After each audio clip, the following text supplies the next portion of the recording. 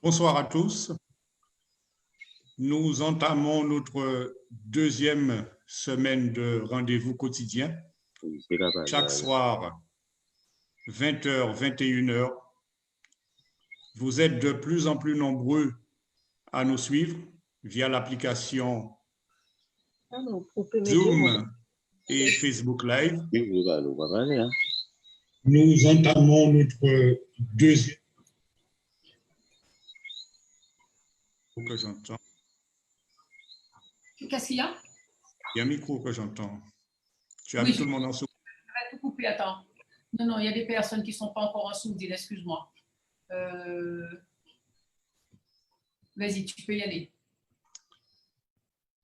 Voilà. Alors, je disais, nous entamons donc notre deuxième semaine de rendez-vous quotidien, chaque soir, 20h, 21h. Ce soir, nous avons choisi de faire un clin d'œil particulier à la filière canne. Comment pouvait-il en être autrement, tant cette activité est véritablement le poumon économique de l'île?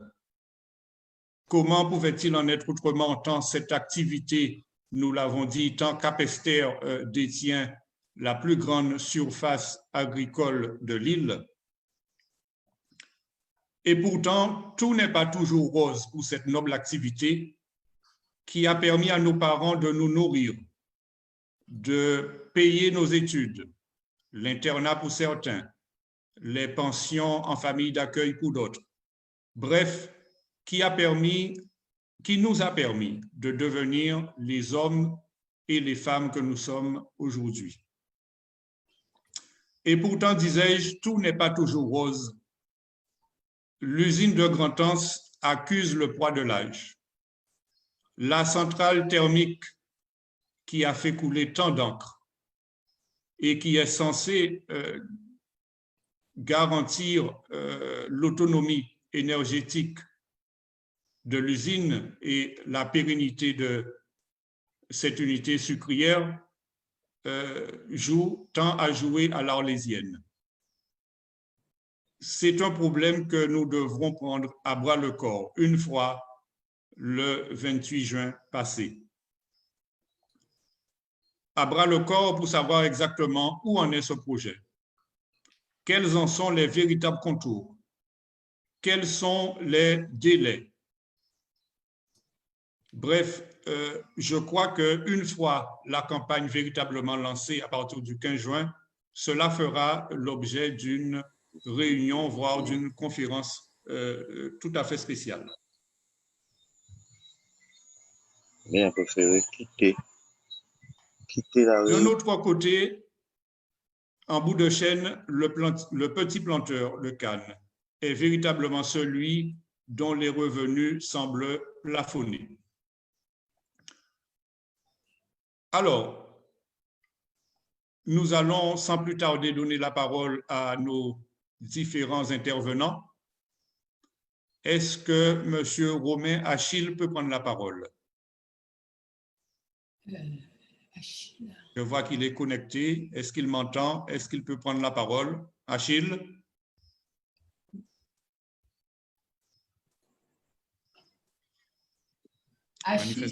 Manifestement non. Attends. Achille, tu peux désactiver ton micro puisque je t'entendais tout à l'heure là. J'arrive pas à activer son micro. Bon, en attendant qu'il puisse faire la manipulation, on va peut-être donner la parole à Julieta. Julieta, si tu m'entends, désactive le micro. Active le micro, pardon.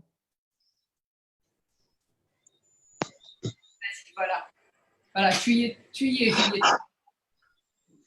Maintenant, si tu peux.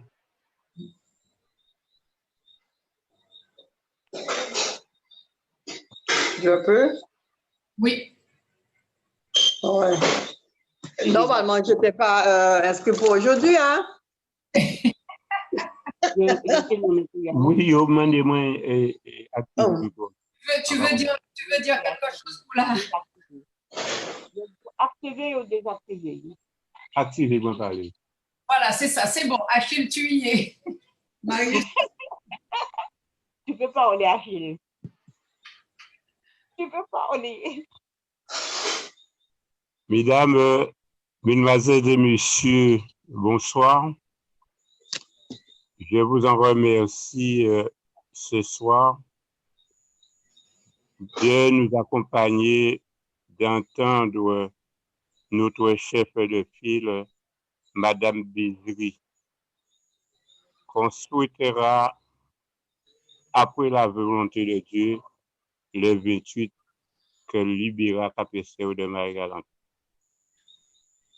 J'ai entendu parler de l'usine de Gotens, que je suis un ancien ouvrier, que je suis entré en 67 et j'ai sorti en 2002. J'ai été l'autre jour à l'usine récupérer quelque chose au bureau administratif. J'ai pu assister la démonstration de mes collègues et mes amis. Ils souffrent énormément avec la chaudière. Nous demandons juste à notre grande serviteur dans quelques jours si elle a cette facilité de réclamer l'avenir, les sangs de Marie-Galante, surtout des Capestériens. S'ils étaient des ouvriers qui sont des ouvriers et qui sont des planteurs de canne sur l'île de Marie-Galante, je demanderai qu'on assiste à des propos qui sont tenus démesurés qu'on fait aux Marie-Galantais dans cette usine. Bref, j'en passe. Même sur la situation des écoles de Marie-Galante, que le collègue de Capesterre peut-être bientôt sera fermé, nous demandons une création nette pour les Marie-Galantais et surtout à Capesterre. Nous avons déjà, messieurs, dames, l'usine de Gotens, malgré nous, qui est à Marie-Galante, qui est à Gambourg, les hôpitaux à Gambourg, les banques à Gambourg, encore les écoles à Gambourg. Je demanderai aux élus qui seront élus de rectifier ce programme et mettre la vraie vérité à Marie-Galante entre Saint-Louis, Gambourg et Capesterre. Parce que ce sera la disparition totale de Capesterre, peut-être de Saint-Louis, où on aura peut-être une commune qu'on mettra sur l'espace. Excusez-moi mes expressions. Et je dis au prochain élu de Marie-Galante, soyez honnête de faire la politique horizontale à Marie-Galante, mais non verticale. Capestérien, Capestérienne, debout, remirez toute la santé, toutes les augmentations de vie, parce que nous partons à Capesterre dans un déclin total. Faites marcher ce comité dirigé par Betty Bézri, nous aurons une volonté nette après le 28 mars. L'État a déjà pris ce ferme résolution. Nous devons les accepter et nous devons conduire à l'unité humaine. Capestériens, Capestériennes, nous avons 3 candidats pour le suffrage du 28 mars. Nous devons faire un choix net de donner à Madame Bézri cette commande de notre commune. Nous disons, ils ont essayé de faire des promesses, des accords entre eux. Ça ne dira pas. Betty est venu elle seule, Maïs doit lui seul, et Madame Bourdin doit y seule. Parce que à Capesteur Marie-Galante, même à Marie-Galante, nous n'avons pas de formation de politique générale. Si à chaque moment qu'il y a un électeur, et une vote, quelqu'un prend un départ, mais il n'est pas confirmé à mener une, comment dirais-je, une conduite politique. Et de là, tout de suite, que nos élus sont élus à Marie-Galante, on les embarque dans des politiques qui peuvent nous conduire vers l'avant. Parce que j'ai vu des politiques qui nous ont conduits vers l'avant et des politiques qui nous ont fait des retraits. Tenez bon, le 28, nous devons élire le meilleur, qui ce sera Betty Bézoui, l'animateur de Capesteur en vie. Chers parents, chers amis, la récolte est là, nous devons tenir de bonnes voix. J'ai pu entendre sur certains mots des électeurs en disant non, elle n'est pas bon, elle n'est pas valable. Je vous dis oui, elle est très valable. Alors, ce que je pensais de redire, nous sommes dans la récolte et nous souffrons énormément de la canne qui est en péril à Marie-Galante parce que nous n'avons pas de l'eau agricole. Nous n'avons pas de l'eau pour la canne 1, de l'eau pour le maraîcher de Marie-Galante qui suit. Je demanderai aux élus à leur arrivée de repenser pour Marie-Galante, repasser ce qu'avait fait l'ex-maire, sans déranger son âme, l'endroit qu'il est, M. Libino. Le barrage d'eau de Grand Bassin est vivant, mais à Capesteur, nous n'avons pas. Il avait ce programme entre Bézard et Nesmond. Ce dossier, vous devez le regarder et le revoir. Et ce même geste devient directement au comité des communes et au maire de Marie-Galante qui sera élu le 28 mars.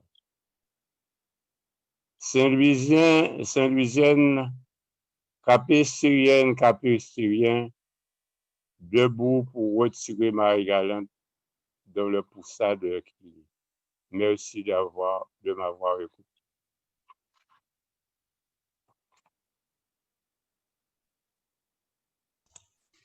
Merci, Achille Romain.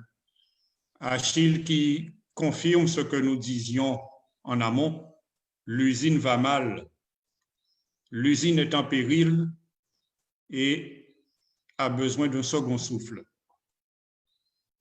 Il en va de la survie de tant d'hommes, de tant de femmes qui vivent de cette filière canne sucre-rhum. Le prochain intervenant sera encore plus précis en termes de chiffres, donc je lui donnerai tout de suite la parole. Nicolas Néré, tu as la parole.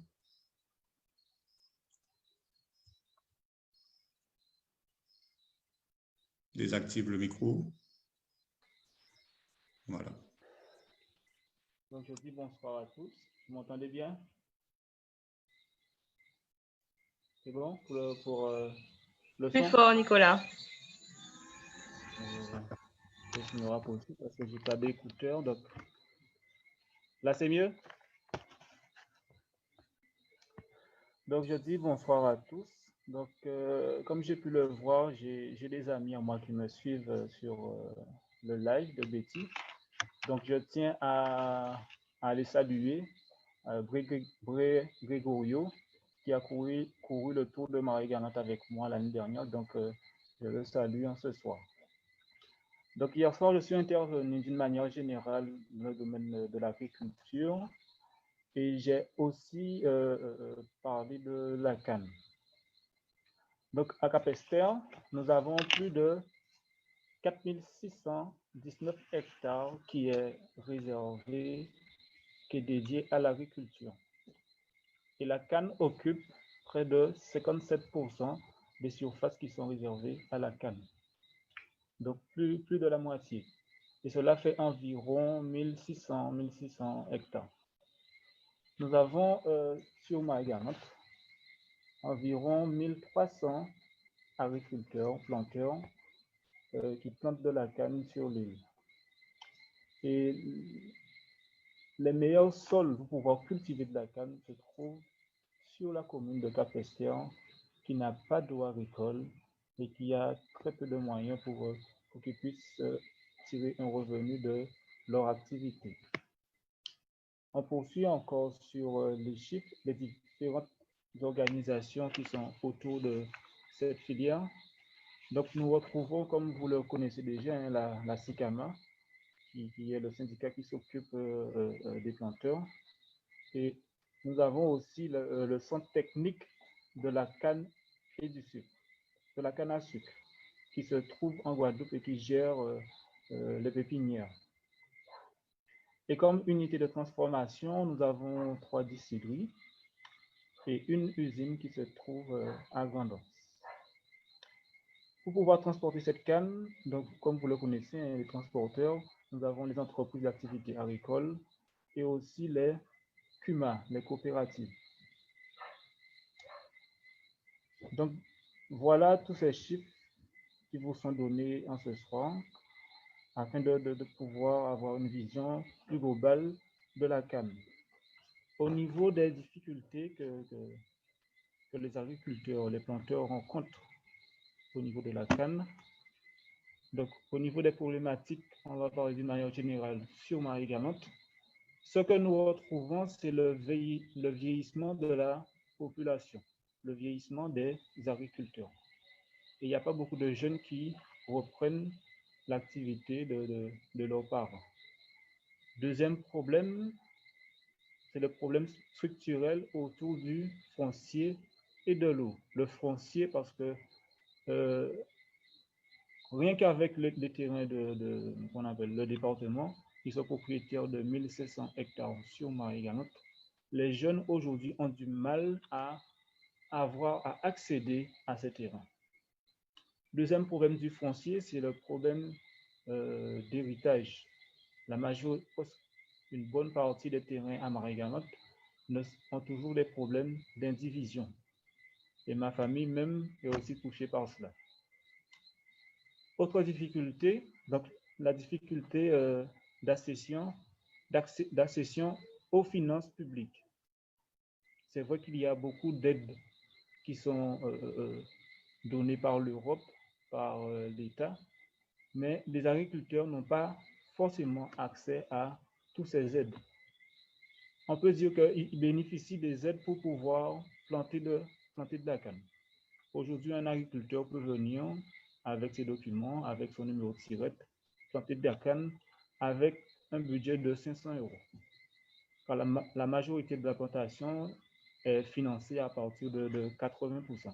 80%, donc ce qui fait que le coût de plantation ne coûte pas trop cher pour l'agriculteur. Mais cela reste insuffisant. Autre problématique, absence de visibilité quant à l'avenir de la filière.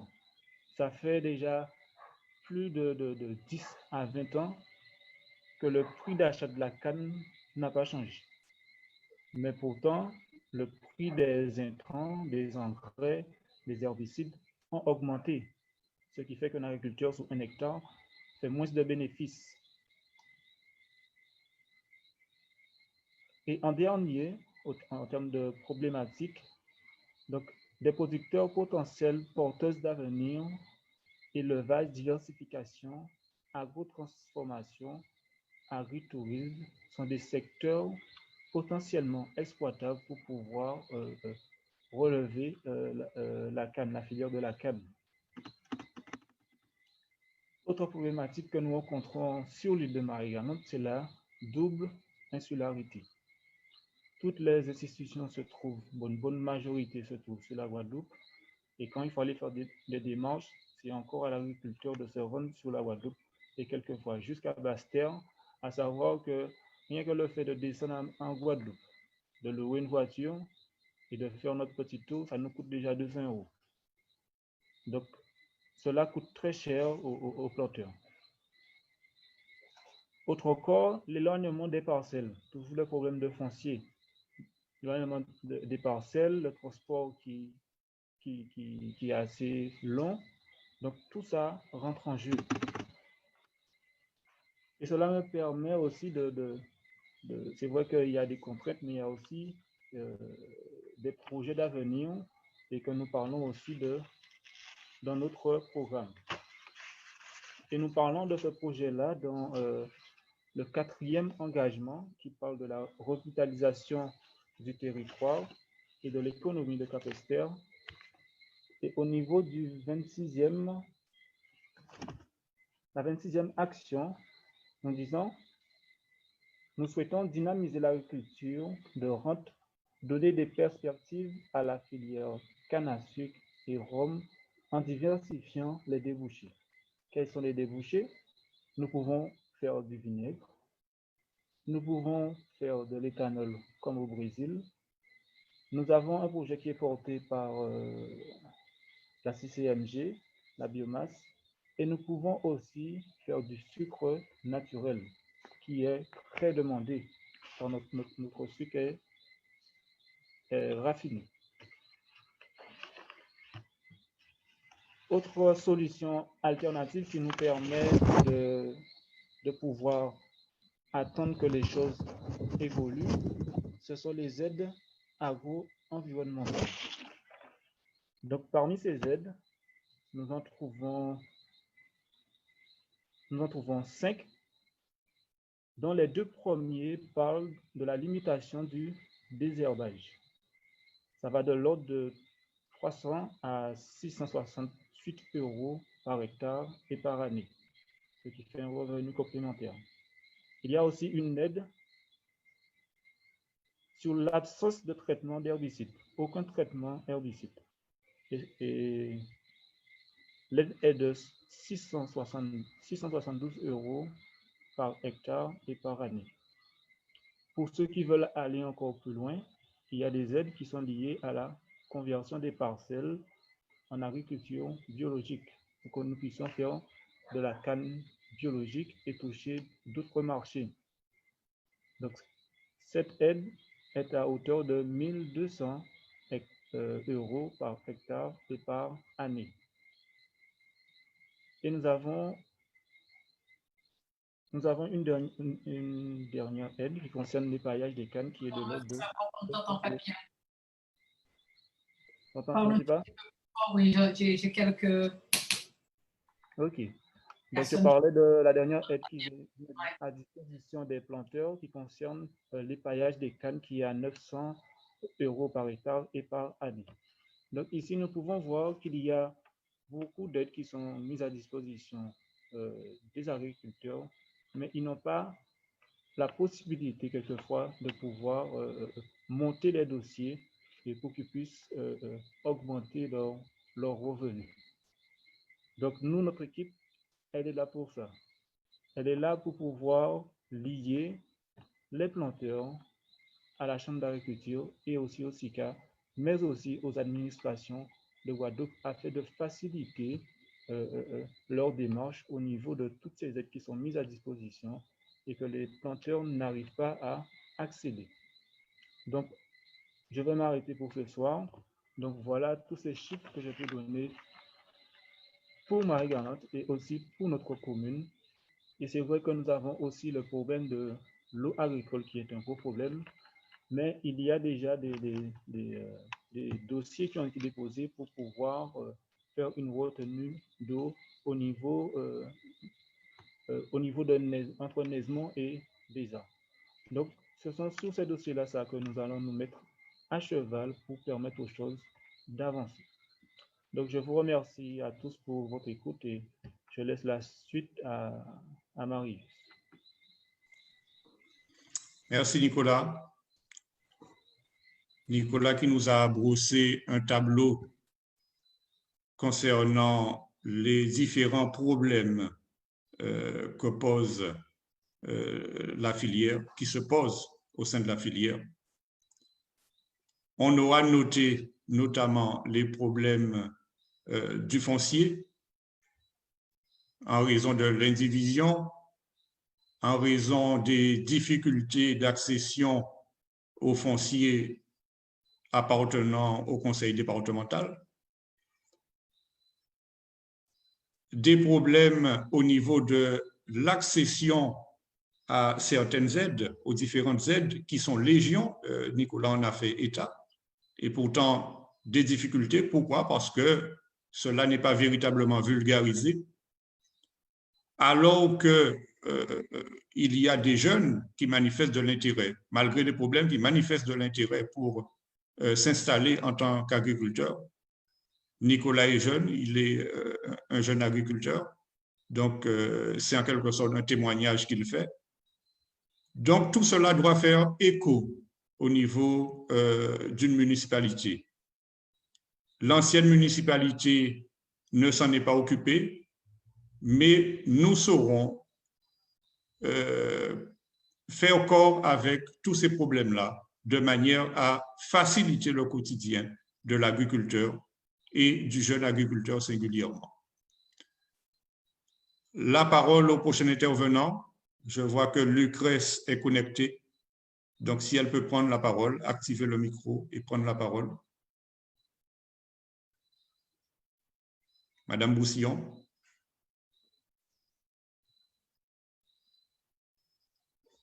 Non?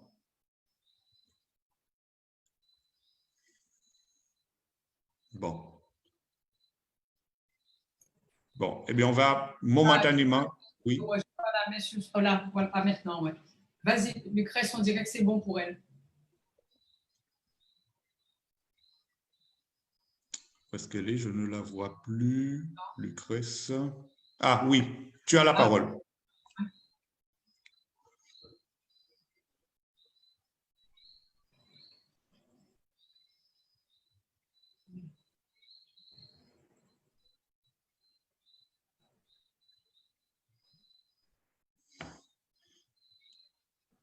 Des problèmes de connexion manifestement, puisqu'on ne l'entend pas.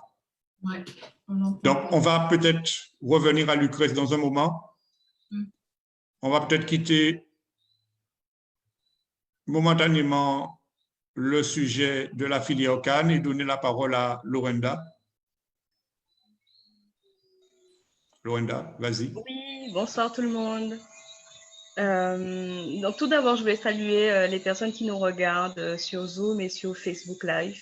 Et effectivement, moi, je sors complètement du cadre de la filière canne, mais je vais quand même aborder un sujet qui est tout à fait d'actualité.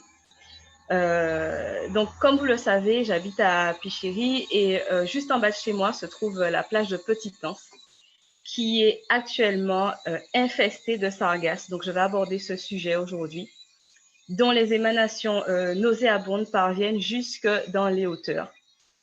Donc, j'ai voulu me rendre compte par moi-même de l'ampleur des dégâts, comme on dit.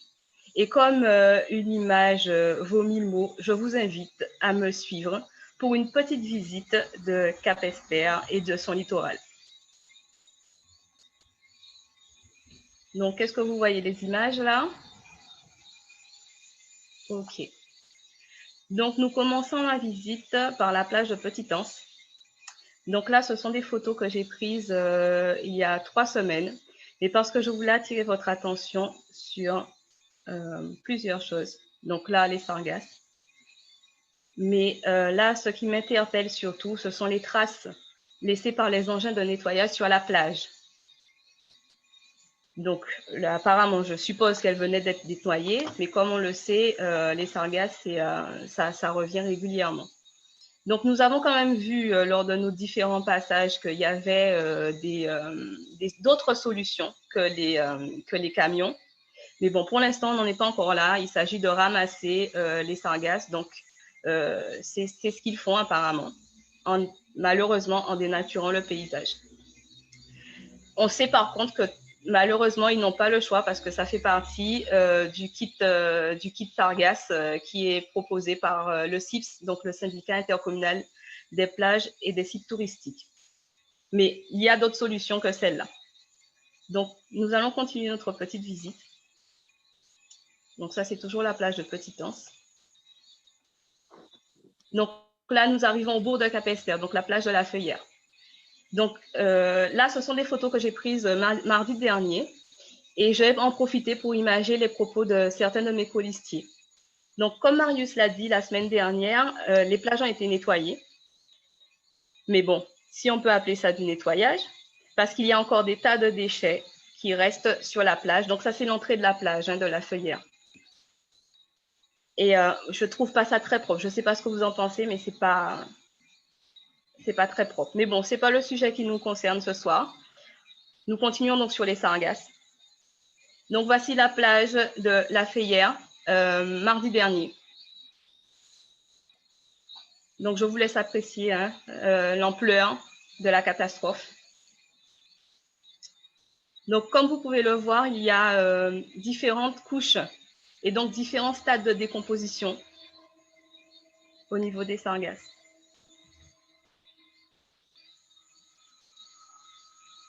Donc là aussi, je vais imager les propos d'un autre colistier. Là, il s'agit de l'entrée du bourg. C'est juste à côté de l'OMCS.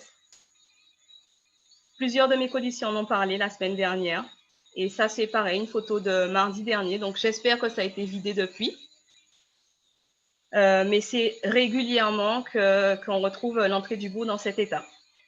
Donc, ce n'est pas une situation exceptionnelle. Mais bon, nous continuons. Donc là, toujours l'entrée du bourg. Là, c'est notre port de pêche où les bateaux se retrouvent coincés à cause du filet là-bas au fond. Et donc des sargasses. Et donc là, nous arrivions au chantier du moment. Donc là, ils sont en train de déblayer. Mais bon, là, il faut bien se rendre compte que l'odeur se propage. Non seulement dans la rue de la Marine, dans tout Capesterre en fait. Parce que là, c'est juste derrière les deux seules supérettes de Capesterre. Et donc, l'odeur se propage à la rue de la Marine, mais dans tout le bourg.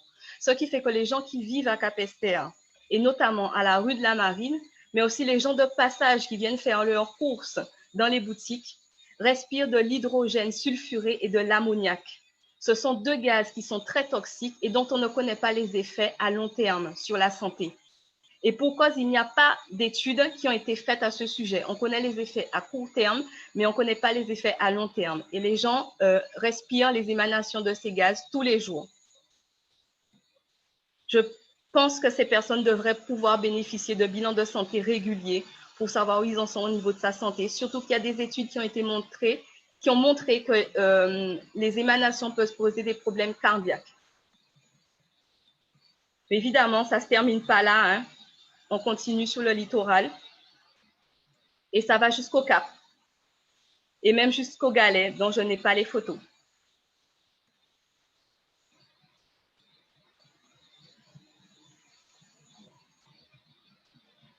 Donc, comme vous le voyez, la tâche est titanesque.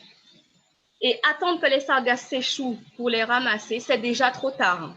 N'en déplaise à monsieur le maire qui était très fier d'annoncer aujourd'hui qu'il était sur le terrain samedi, dimanche et jour férié. En cela, il ne faisait que son travail. Et c'est une chose apparemment assez exceptionnelle pour être mentionnée à la télé. On est en train d'essayer de colmater une grosse fuite avec du scotch. Comme on le sait, ça ne tient jamais très longtemps. Mesdames et messieurs, on ne va pas faire de miracle. Il n'y a pas de solution miracle. Mais c'est une conjonction de petits et de grands moyens qui nous permettra de sortir Capesterre du gouffre dans lequel elle est. Cela passe par le ramassage, bien sûr, mais il faut commencer par diminuer la quantité d'algues qui s'échouent, créer des pôles de réflexion pour étudier la construction d'une digue, par exemple, plus grande, ou étudier le coût d'un bateau de ramassage sur l'eau. Il y a de nouvelles innovations aussi. Dans un article paru le 5 juin, donc il y a 3 jours, Guadeloupe Première nous parle d'un tapis mobile motorisé pour ramasser les sargasses. Dans un autre article du 4 juin, RCI nous parle de 2 Barbadiens qui créent la première gamme de soins pour la peau à base de sargasses. Donc, il y a des solutions. Il suffit de les trouver et surtout d'avoir l'idée de les chercher. Car laisser notre littoral dans cet état, outre le fait que Capesterre perd de son attractivité au niveau touristique, c'est aussi la santé de nos concitoyens qui se dégrade en silence. Alors maintenant, il est temps de laisser la place à l'équipe pour notre nouvelle Capesterre qui va se donner les moyens d'améliorer la situation à Capesterre. Nous avons des ressources. Il y a des solutions.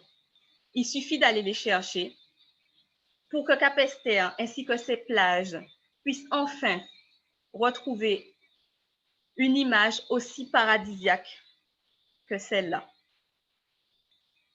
ou celle-là. Mesdames, Messieurs, je vous remercie de m'avoir écouté et je vous souhaite de passer une bonne soirée. Marie, je te repasse la parole.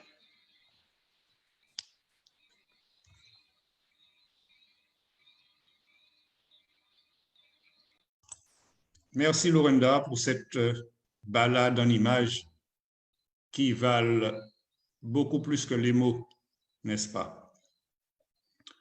Les sargasses, Lorenda l'a dit, ne doivent pas être une fatalité. Nous savons dorénavant que c'est un phénomène récurrent. Nous aurons de plus en plus de sargasses à s'échouer sous nos côtes. Les ramasser, bien sûr, c'est l'actualité du moment, mais ils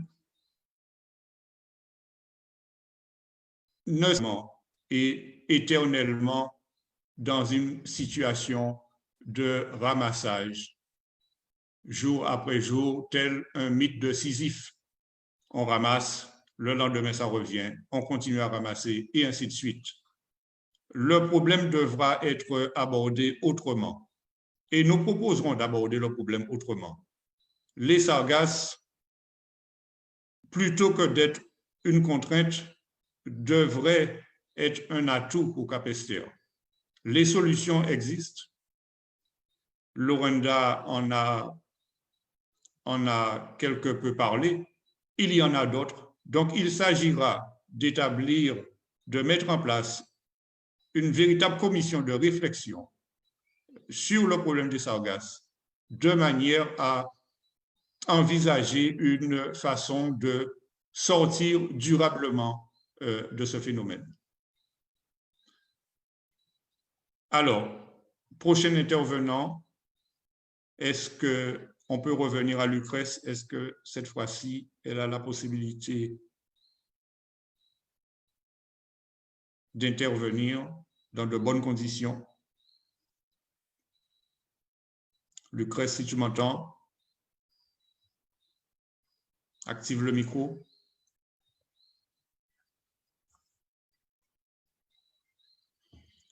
Ou sinon, nous allons tout simplement continuer avec notre chef de file, Betty Bézri. Donc, Betty, je te passe la parole.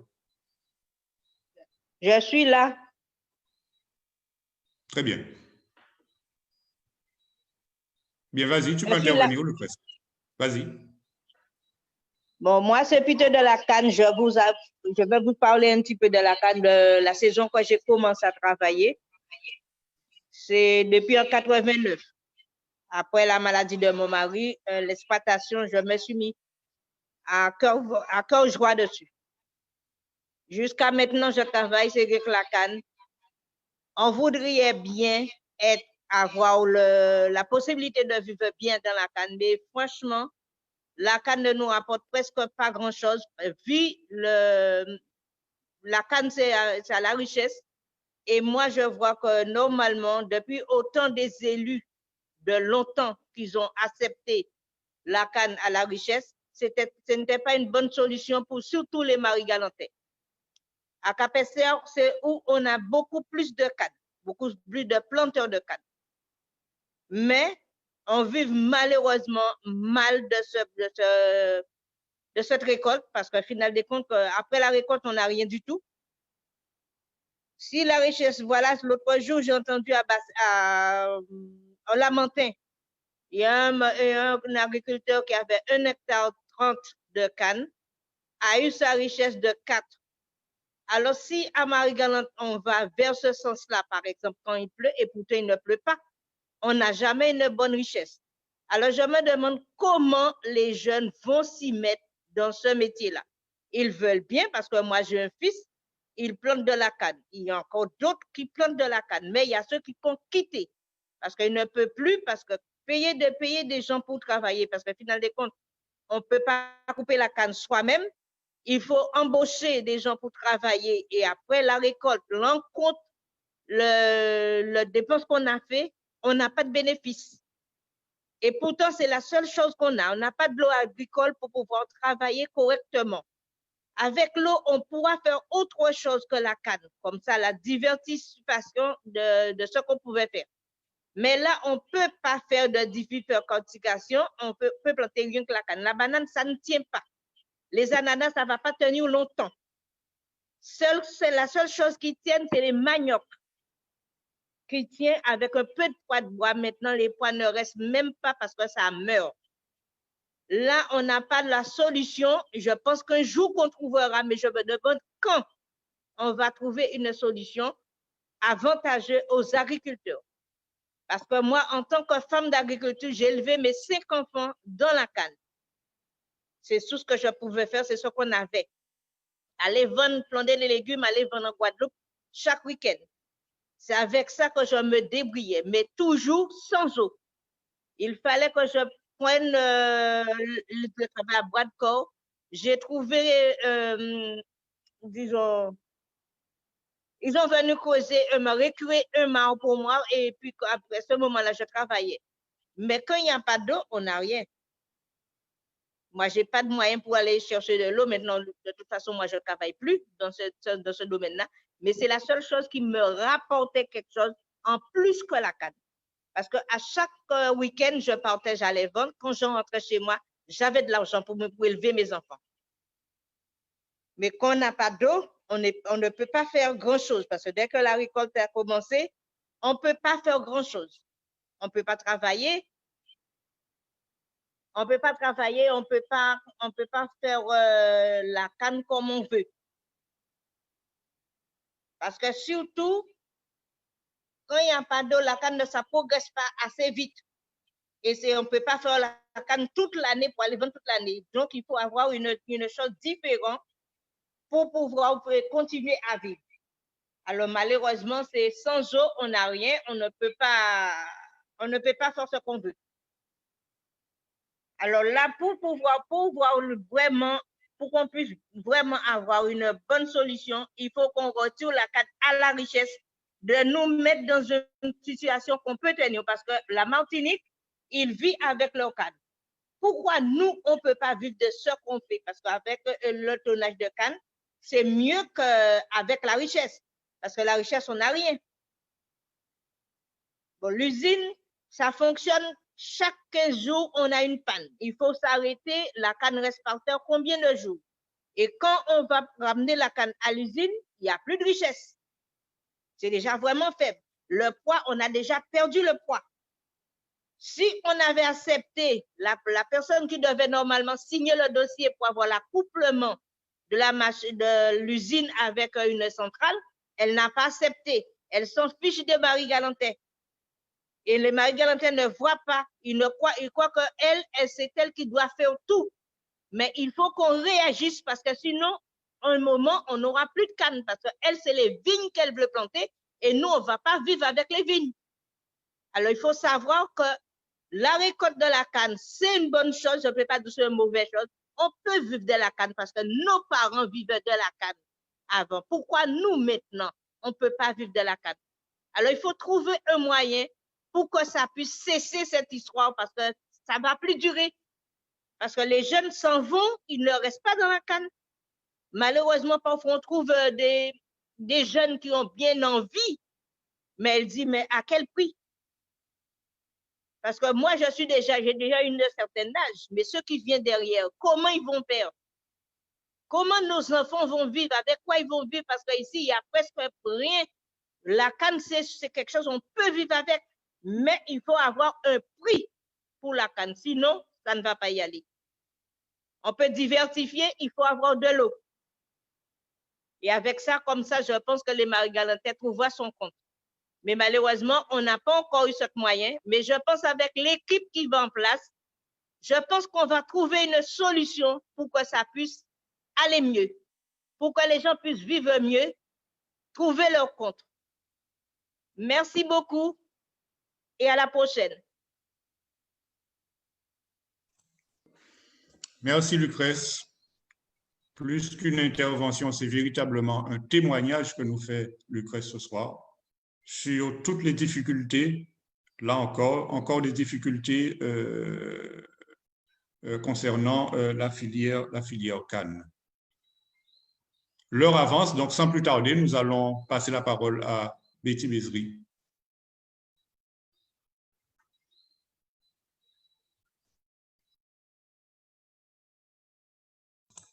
Désactive le micro. Active le micro, pardon. C'est vrai, à chaque fois, j'y pense jamais. Merci beaucoup. Merci de nous suivre régulièrement, de plus en plus nombreux sur Zoom et sur Facebook Live. Nous entamons notre deuxième semaine après une première semaine bien riche. Nous vous avions promis au cours de la deuxième semaine de travailler par thème. Nous allons essayer de le faire pendant toute la semaine là. Aujourd'hui, on a parlé de 2 points importants, aussi bien la filière canne sucre que les sargasses. Et vous pensez bien que pour une municipalité comme celle de Capesterre, c'est une vraie préoccupation parce que l'usine représente le poumon économique de Marie-Galante et particulièrement sur Capesterre. Nicolas vous le disait tout à l'heure, c'est là où c'est la commune où il y a le plus d'agriculteurs et où il y a le plus de surface plantée en canne. Donc, il est clair que nous, en faisant partie de la communauté des communes, nous devons de rentrer dans une réflexion puisqu'il y en a eu, et puis là maintenant, on sent bien qu'il y a une inquiétude au niveau des planteurs. Nous devons de nous lancer dans cette réflexion parce qu'il y va de l'avenir de Capesterre et il y va aussi de l'avenir de nos planteurs et des jeunes surtout et de la transmission au niveau de l'agriculture. Alors, c'est important parce que là, si on sait bien qu'il y a eu effectivement ce problème de quota, après ça, on sait bien qu'il y a eu toute la réflexion et puis tous les événements autour d'Albioma et puis de la CNR, etc.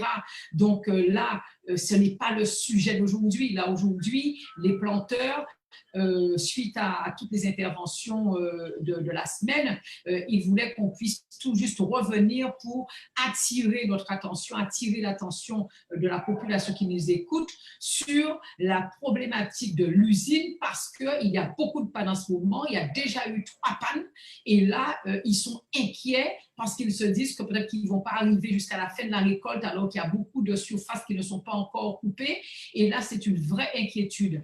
Alors nous venons, nous les soutenons mais parfaitement et nous avons eu l'occasion sur notre page Facebook de les soutenir et de soutenir toute la filière et en disant que là, de toutes les façons, lorsque nous serons aux affaires, nous allons rentrer, comme je vous disais tout à l'heure, dans cette réflexion-là parce qu'il faut qu'on puisse arriver à trouver des solutions pérennes, enfin, à avoir une meilleure visibilité sur l'avenir de cette filière. Sachant que sur Capesterre, Capesterre, nous avons aussi des distilleries, enfin une distillerie, chaque commune en a une.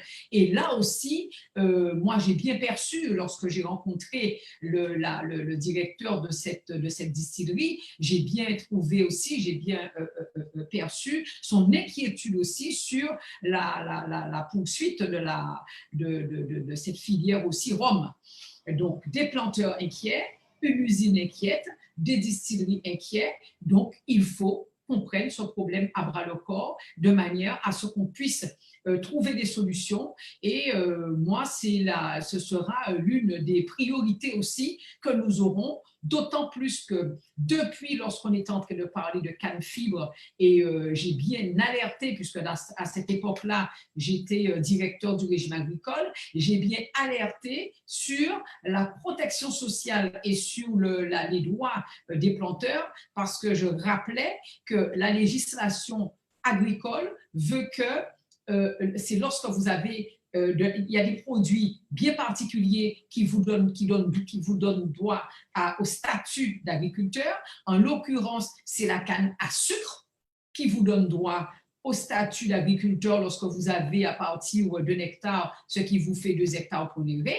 Et donc, les autres, tout ce qui est canne fibre ou bien tout ce qui peut être autre chose n'a pas d'équivalence, je veux dire, pour la protection sociale. Donc, il ne faut pas seulement penser à un seul pan, je veux dire, dans la réflexion, il faut penser global. Il ne faut pas seulement penser à se dire que, bon, qu'est-ce qu'on va faire avec la canne, etc. Ça veut dire que lorsqu'on dit ça, si on dit que ça doit tourner en vigne, si on dit que ça doit tourner en ceci et cela, il faut prévoir, toujours penser à la protection sociale des planteurs, parce qu'il y a beaucoup de planteurs de canne qui vivent qu'avec cette protection, qu'avec leurs droits, en fait, sont basés sur ce régime-là et sur la superficie en canne qu'ils ont. Et ça, c'est extrêmement important, puisque c'est là où nous avons aussi le plus d'agriculteurs sur le territoire de Marie-Galante et d'agriculteurs qui vivent principalement de la canne à sucre. Donc, faisons attention à ce que nous faisons. Et moi, en tout cas, pour avoir été dans le domaine, pour toute ma carrière l'ayant faite au niveau de la protection sociale, je veillerai particulièrement à ce qu'on puisse faire attention à l'avenir économique de Marie-Galante et à l'avenir économique de Capesterre et l'avenir social des Marie-Galantais. Alors, évidemment, j'ai entendu tout à l'heure parler beaucoup de ce problème d'eau agricole. C'est régulièrement qu'on entend, lorsqu'on fait du porte-à-porte, qu'on entend les planteurs parler de leurs difficultés, de l'eau agricole pour le maraîchage, pour toute la diversification qu'ils voudraient avoir autour de la canne. Et c'est la raison pour laquelle nous avons dit qu'il faut aller, nous, ce que nous voulons dans notre programme, c'est la politique de petits pas. C'est-à-dire tout ce qu'on peut faire immédiatement, à court terme, ou bien avant qu'on puisse arriver à des barrages, etc., il faut le faire. Et sur le territoire de Capesterre, les maires d'avant, que je salue, avaient instauré, mais là ça fait très longtemps, depuis au temps de Père Bade, etc., ils avaient installé de très grandes citernes sur plusieurs sections de Capesterre, parce qu'ils savaient bien qu'il n'y avait pas d'eau. Et rappelez-vous, Capesterre, Marie-Galante, c'était le grenier de la Guadeloupe en matière de culture vivrière, en matière de maraîchage. Et là, toutes ces grandes citernes-là, qui sont en bon état, eh bien, sont à l'abandon.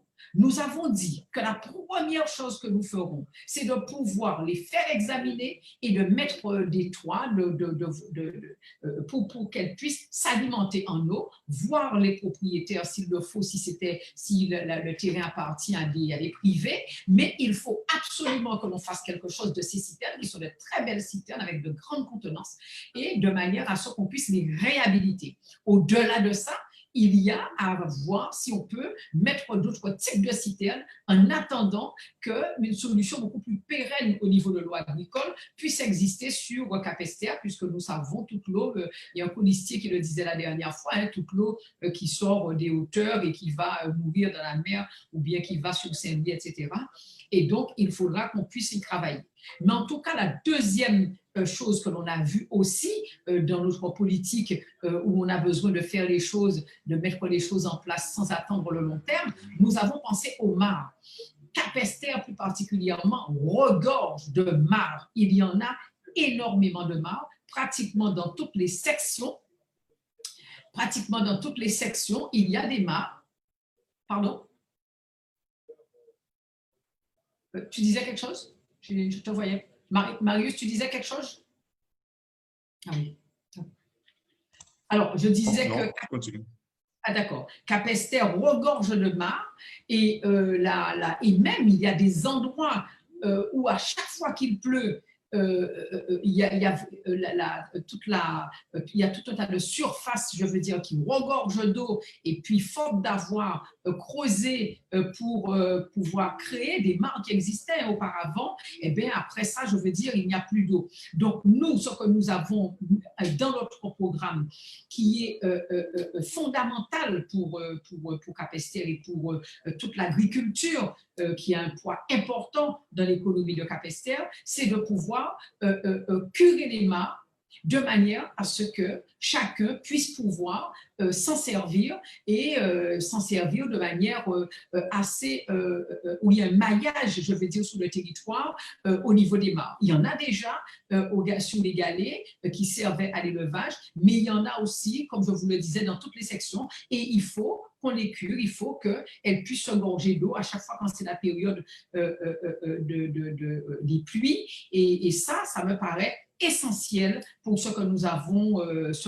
à faire. Et puis, de toutes les façons, les mares, lorsqu'on le fera pour l'agriculture, ça restera un produit touristique important puisque nous avons toute la visite des mares que nous avons mis dans notre programme touristique parce que généralement les mares à côté, il y a des moulins et ils représentent quand même, ils sont sur des paysages à couper le souffle. Alors, on refera, comme a dit Marius tout à l'heure, une intervention spécialement dédiée à toute cette filière canne-sucre. Là, aujourd'hui, ce n'était qu'une entrée en matière par rapport à aux différentes difficultés. Et puis, pour terminer, parce qu'on a toujours dit qu'on arrêtait, on prenait 1 heure pile, moi, je voudrais tout juste dire que par rapport aux sargasses, là aussi, on fera une émission spéciale pour les sargasses, mais ce que je puis vous dire dès ce soir, c'est que la première chose que l'on fera, c'est de mettre les autorités autour de la table. Ce n'est pas compliqué à faire. C'est une demande qui sera faite suite aux premiers conseils municipaux où, lorsque le maire sera élu et donc où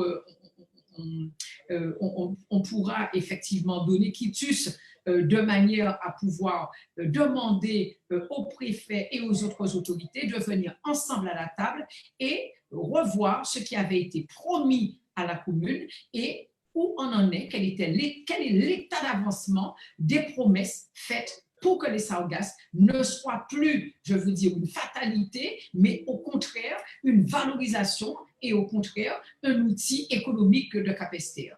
Alors, bien entendu, nous regrettons mais fondamentalement, ainsi que j'ai eu l'occasion de le dire, que les algues polluent l'ensemble de la commune de Cap-Esther.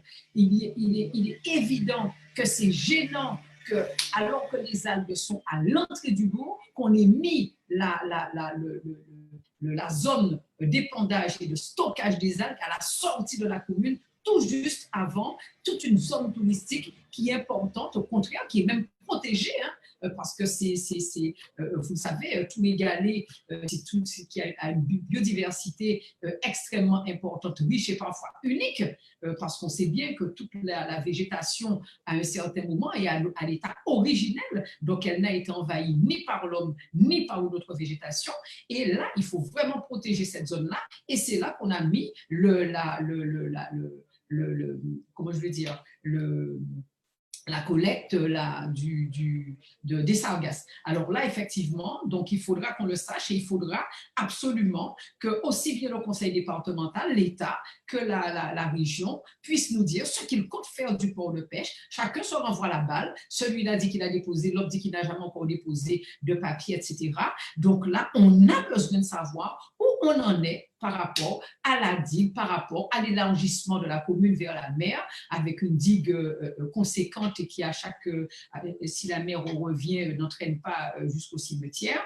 Il faut que l'on puisse avoir des idées précises sur ce qui est prévu et là où on en est par rapport au sargasse. Bien entendu, il y a un collectif anti-sargasse qu'il faudra que l'on rencontre, que j'ai eu l'occasion de rencontrer en tant que candidate, mais il faudra que lorsque nous sommes aux affaires, que nous puissions rencontrer le collectif anti-sargasse. Ils ont beaucoup déjà travaillé sur le sujet et il faudra prendre en compte les travaux toutes les propositions qu'ils vont nous faire, parce que c'est comme ça qu'on avance. On avance avec la société civile, on avance avec les associations, avec les collectifs qui sont sur le terrain et qui font avancer le débat et la réflexion sur les solutions que nous pouvons apporter à ce problème qui est, s'il n'est pas réglé, il faudra de toutes les façons trouver d'autres solutions. Et nous en avons des solutions parce qu'il faut bien effectivement du repli. Et on a des exemples de d'autres villes, aussi bien en Martinique qu'ailleurs,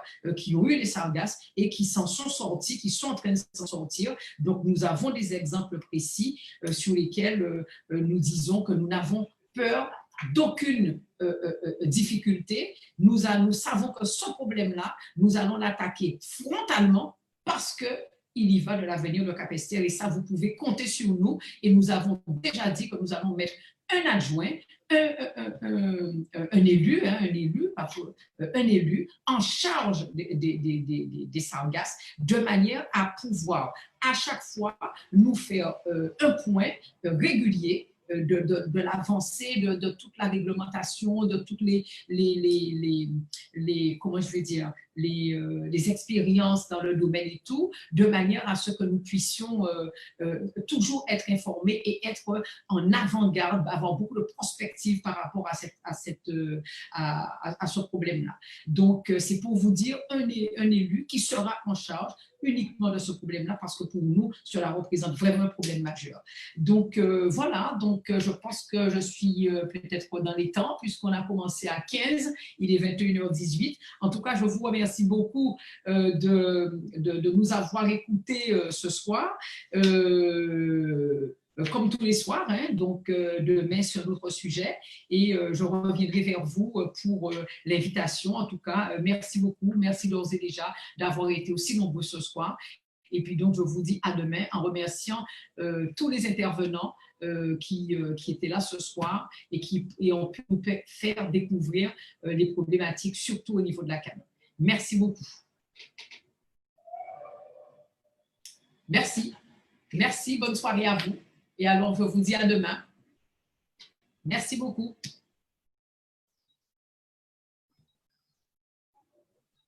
Merci beaucoup, au revoir. Je reconnais les fidèles qui nous suivent, c'est bien. Donc, nous vous disons de faire... faites passer le message, faites passer l'information, c'est extrêmement important.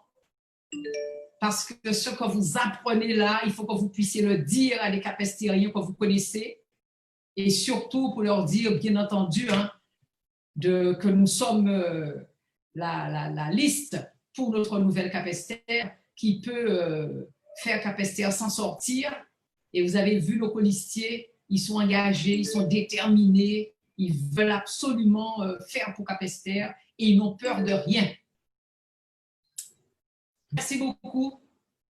Alors, bien entendu, nous avons exploré la possibilité de transformer les sargasses parce que moi-même, il y a quelqu'un qui est en train de poser la question, moi-même, bien longtemps avant le Sargaspo, bien longtemps avant même que le sénateur Dominique Théophile ait eu cette mission, je suis partie avec mon association, nous sommes partis à Sainte-Lucie et je suis allée rencontrer le jeune Saint-Lucien qui avait transformé les sargasses en produits, comment je vais dire, en produits en liquide fertilisant, en engrais liquide. en engrais liquide. Donc, je l'avais rencontré et au contraire, cette année-là, nous avions fait le tour de l'île en bateau et l'exposé était par deux spécialistes, M. Anténor Abazac et puis Jean-Marie Flower, hein, qui est collapsologue, et puis M. Christian Anténor Abazac, qui est vulcanologue. Et nous voulions qu'ils viennent se joindre à eux pour notre tour de l'île. Et puis finalement, ça n'a pas pu se passer parce que c'est vrai que nous avions contacté la CCI pour pouvoir prendre en charge les déplacements du Saint-Lucien. Et puis, ça n'a pas pu se faire. Mais il nous avait dit qu'il était prêt à venir nous aider et puis à venir voir un peu comment ça se passait, ne serait-ce que pour échanger, je veux dire, avec l'ensemble des entrepreneurs de Marie-Galante qui voudraient faire autant. Et là, maintenant, je pense qu'il y a urgence à attendre les différentes solutions qui se présentent à nous. Et Petit-Bourg fait des choses, Saint-François fait des choses, etc. Donc, il faudra, lorsque nous serons en responsabilité, pouvoir aller rencontrer les maires de toutes ces villes-là, de la Guadeloupe continentale, pour voir tout ce qu'ils ont déjà mis en place et que nous aussi, que nous pourrions mettre en place. Il faut, je pense, regrouper les villes qui connaissent les mêmes problématiques. Il faut qu'on puisse, tous ces maires-là, se mettre comment je veux dire, qu'on puisse mutualiser les moyens avec l'aide de l'État, bien entendu. Parce que lorsque les villes connaissent les mêmes problématiques, eh bien, il faut s'unir pour pouvoir effectivement s'armer pour résoudre le problème. J'espère avoir répondu à votre question. Et oui, bien entendu. C'est une belle opportunité, Marius avait dit, c'est une bonne opportunité de création d'emplois sur l'île. Moi, j'y crois très, très fortement. J'y crois très fortement. Moi, je pense que c'est la raison pour laquelle je disais qu'il faut attendre les expériences, hein, parce qu'il y en a qui disent que c'est très mauvais d'utiliser les algues et tout ça, et que bon, on a des farouches qui ne veulent pas du tout réutiliser les algues, alors qu'on le voit bien qu'il y a bien d'autres pays qui l'utilisent. Et en tout cas, la filière de valorisation des algues reste une filière importante. Et comme si c'est une richesse pour Capesterre, il faut qu'on puisse utiliser cette richesse-là parce que nous en avons plus que besoin de cette richesse pour Capesterre. On est dans le gouffre actuellement. Et il faut qu'on puisse s'en sortir. Et toutes les expériences, toutes les opportunités sont bonnes. Et donc, on l'a déjà dit, en tout cas, on saura aller là où il faut aller pour aller chercher les outils. Et rien ne nous fait peur à ce niveau-là. S'il faut traverser, s'il faut aller en Europe, s'il faut aller à travers le monde, on trouvera les financements. Et parce qu'on va beaucoup se baser sur la solidarité capestérienne et marie-galantaise pour pouvoir faire des choses, en tout cas. Merci beaucoup. Je répondais à des questions qui m'étaient posées en même temps, parce que c'est vrai qu'il m'avait posé la question avant, est-ce qu'il pouvait poser des questions? Donc, mais bien sûr, vous pouvez poser vos questions. Voilà. Merci encore. Merci d'avoir été là. Merci, au revoir. Ah, c'est toujours très dur de se faire quitter de toutes les façons. Hein. Merci à vous. À demain soir. À demain soir. N'hésitez pas à revenir vers nous. De toutes les façons, nous, lorsque nous serons aux affaires, l'entrepreneuriat est pour nous très important et il faudra de toutes les façons qu'on rencontre tous les entrepreneurs, tous les porteurs de projets pour prendre leurs projets et pour pouvoir partir avec et les transformer. Donc, on a vraiment besoin de toutes les bonnes idées pour nous aider à sortir de Capesterre. Donc, tous les entrepreneurs seront les bienvenus. Là, maintenant, on va couper. Merci beaucoup. À bientôt. Merci, au revoir. Beaucoup de policiers travaillent demain. Il faut qu'ils se gardent en santé pour les derniers jours des élections. Donc, on les préserve beaucoup. C'est la raison pour laquelle on essaye de faire des émissions courtes. Merci, Simone. Je vois que tu as emmené du monde avec toi. C'est bien. Merci à tous. Je vois des personnes de métropole qui sont en train de suivre. C'est bien. Merci aux Capestériens. Merci beaucoup. Merci. Merci à vous. À demain.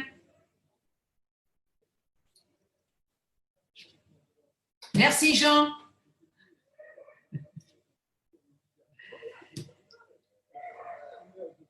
Merci beaucoup. J'espère que notre émission t'a plu.